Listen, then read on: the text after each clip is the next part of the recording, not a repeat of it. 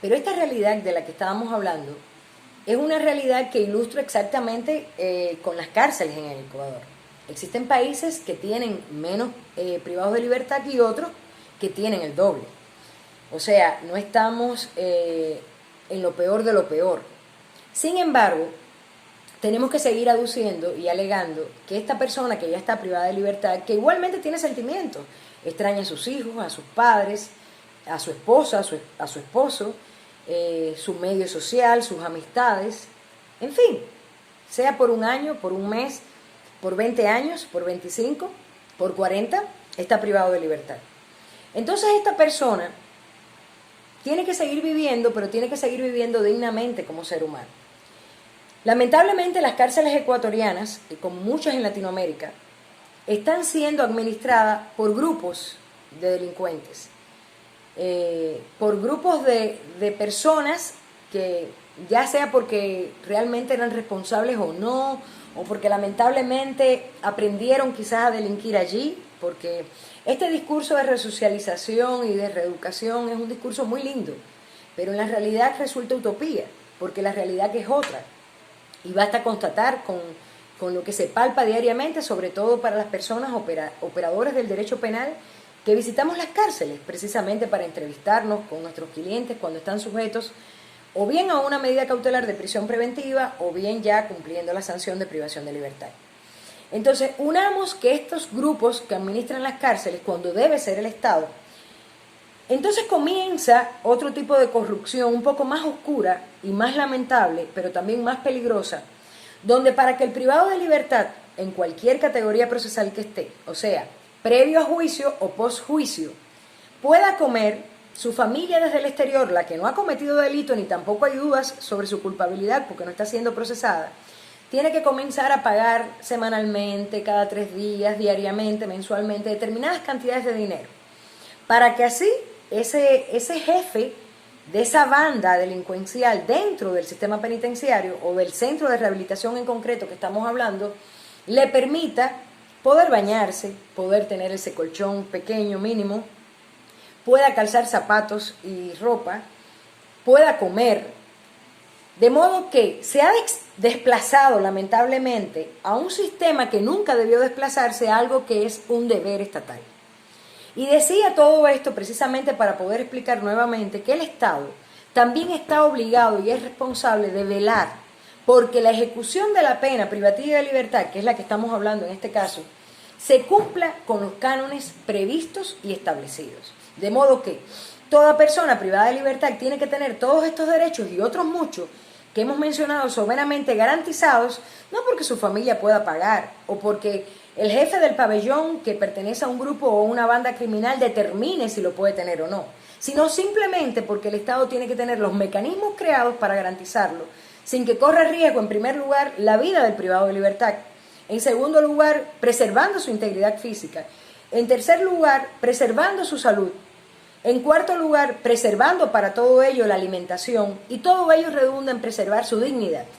Cuando el ser humano privado de libertad y en cualquier circunstancia pierda la dignidad de su vida como ser humano, entonces el ser humano, en mi criterio muy personal, pero que fundamento precisamente con la lectura que hago a diario de diferentes temas, pues el ser humano comienza a comportarse como intuitivamente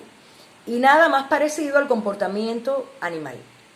Por ende, todo esto, cuando se carece en un sistema penitenciario, es uno de los principales detonantes de la violencia, de motines, de tumultos para el reclamo de los derechos, de muertes imprevistas, evitables, y que el Estado era responsable de garantizar que no ocurriera. De modo que falla el sistema penitenciario del Estado y por ende falla el Estado.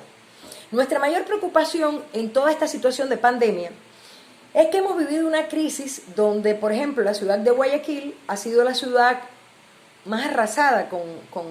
las consecuencias letales de la pandemia COVID-19. Esto nos ha demostrado tantas opiniones como las que corren por todas las redes sociales,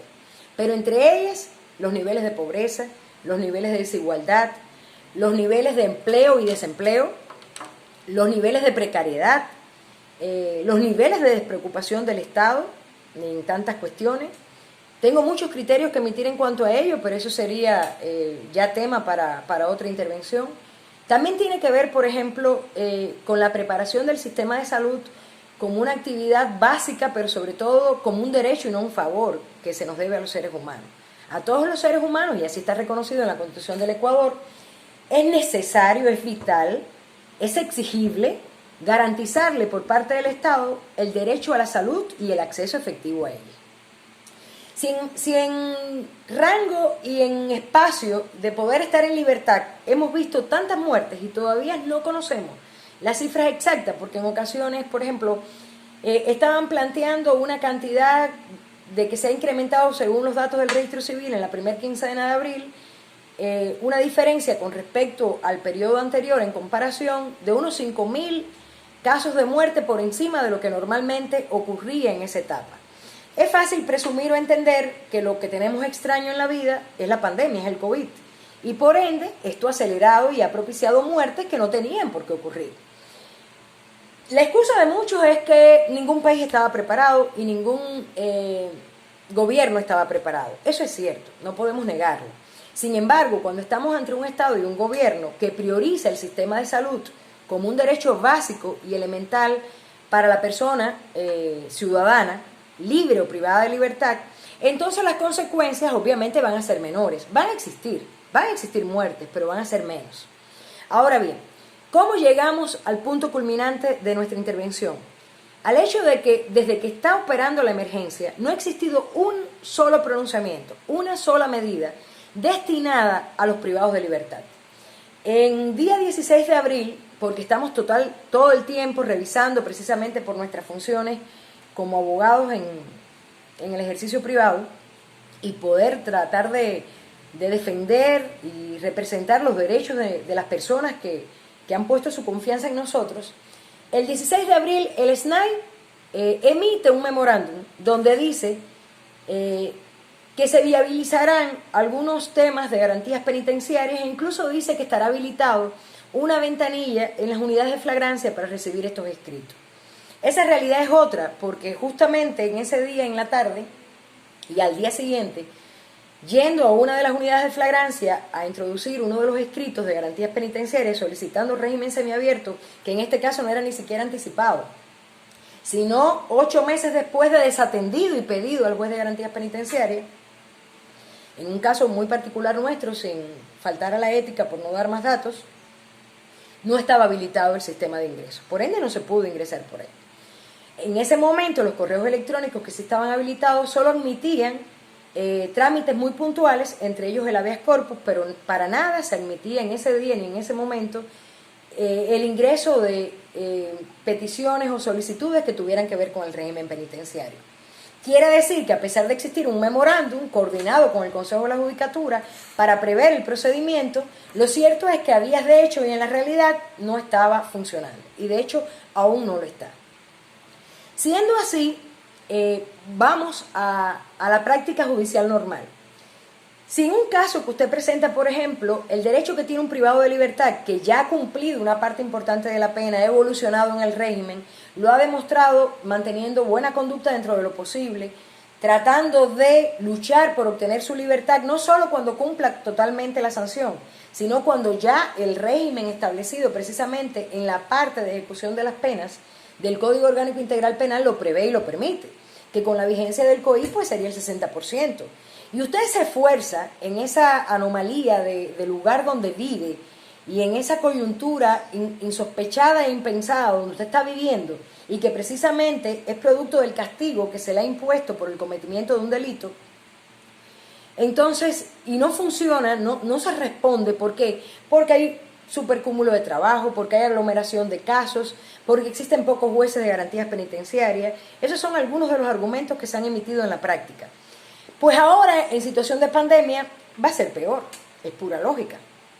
Va a ser peor porque va a haber mayor incremento de necesidades y va a haber mayor cúmulo de casos. Si antes eran pocos jueces de garantías penitenciarias como designados competentes para atender estas cuestiones, y ahora resulta que se triplica o cuatriplica la cantidad de solicitudes o la demanda, fundamentada o no estamos hablando de eso. Entonces, obviamente, por pura lógica, va a ser más difícil atenderlo. De modo que no ha habido ni un pronunciamiento a nivel de gobierno, ni una política directa que diga en qué situación están los privados de libertad y cómo se va a ir atendiendo esta situación. Esto tiene que ver directamente con el pronunciamiento de la Corte Interamericana de Derechos Humanos. O sea, ha emitido la resolución 120 en época de esta pandemia, dando especiales directrices para personas especialmente vulnerables. El artículo 32 de la Constitución de la República en el Ecuador ve a las personas privadas de libertad como personas en estado de vulnerabilidad, por obvias razones, que no tenemos por qué ahora también ahondar, porque si no, no terminaría la intervención. En cuanto a ello, ese estado de vulnerabilidad también se incrementa o agrava cuando la persona privada de libertad padece enfermedades crónicas o padece enfermedades catastróficas. Y se incrementa y se hace un estado de vulnerabilidad mucho mayor cuando esa persona es también adulta mayor, porque no es secreto para nadie que en las cárceles existen muchas personas privadas de libertad que superan los 65 años, o siendo hombres, o los 60 años siendo mujeres. Dadas todas estas circunstancias, fluye cada día la noticia, más formal, menos formal, diciendo que el COVID no ha entrado a las cárceles de Ecuador. Esto resulta también, desde la lógica, irracional, y puede que alguien, creo que demasiado exigente, porque en todo caso el juez que más admiro en la historia de la humanidad es Salomón, y es precisamente por la sabiduría, no por los títulos que tenía en derecho. Digo que podemos tener cualquier título universitario, posgradual, sin embargo, si no somos personas sabias, no creo que estemos aptos para administrar justicia, que es algo tan delicado y de una responsabilidad tan importante en cualquier estado. Entonces, la Corte Interamericana, conociendo la realidad del sistema penitenciario de Latinoamérica, hace un llamado a todos los estados y dice, entre otras cosas, por favor, prestemos especial atención a las personas en estado de vulnerabilidad, a las personas adultas mayores. No nos olvidemos de los privados de libertad. El hecho de restringir sus visitas los frustra humanamente, los limita a un derecho que humanamente también tienen reconocido, que es estar en contacto con su familia y con el mundo exterior, a través de visitas, de actividades, todo eso lo tienen limitado. No tienen televisión como tenemos nosotros, no tienen redes sociales como tenemos nosotros, no tienen paseos como tenemos nosotros. Lo máximo que pueden aspirar es a salir a coger sol a un área creada para ello, concebida para ello, y no todos los días, sino según los programas que haya establecido el centro. Si todo esto lo unimos, entonces, y además las personas que trabajan en cada uno de los centros